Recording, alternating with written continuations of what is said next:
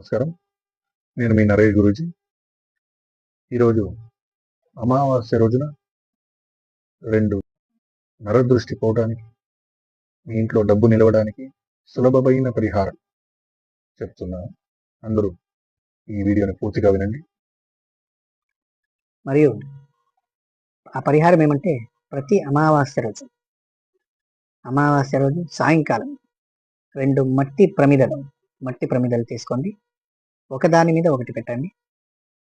నూనెతో కానీ, నువ్వుల నూనెతో కానీ, నెయ్యితో కానీ దీపం వెలిగించాలి. ఒకదాని మీద మట్టి ప్రతిమ ఒకదాని మీద ఒకటి పెట్టి, ఒక తమలపాకులో తులసి ఇంటి గుమ్మం దగ్గర తులసి చెట్టు దగ్గర వెలిగించాలి. అమావాస్య రోజు సాయంకాలం. ఓకే, ఆ రోజు దీపం నువ్వుల నూనెతో కానీ, నెయ్యితో కానీ వెలిగించి సాయంకాలం వెలిగిస్తే అప్పుడు నరదృష్టి అనేది ఎవరైనా మాటామంత్రం చేసినా, మీ ఇంటి మీద అలాంటి ఏ దుష్ట చర్యలు చేసినా ఈ అమావాస్య రోజున ఈ సులభ పరిహారం చేసుకోవడం వల్ల అంతా పరిహారం అవుతుంది. మరియు ఇంకొక నిమ్మకాయ తీసుకోండి. దాన్ని నిమ్మకాయని నిలువుగా కట్ చేయండి. అడ్డంగా వద్దు, నిలువుగా కట్ చేస్తే 2 పీసులు అవుతాయి కదా. ఓకే, 2 హాఫ్ అవుతాయి కదా.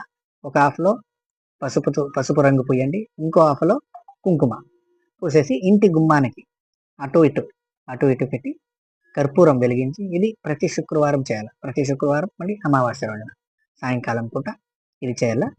ప్రతి అమావాస్య రోజు శుక్రవారం రోజు ఇలా నిమ్మకాయ పరిహారం మరియు ఆ మట్టి ప్రమిద పరిహారం చెప్పాను కదా, అది ఈ 2 చేయండి.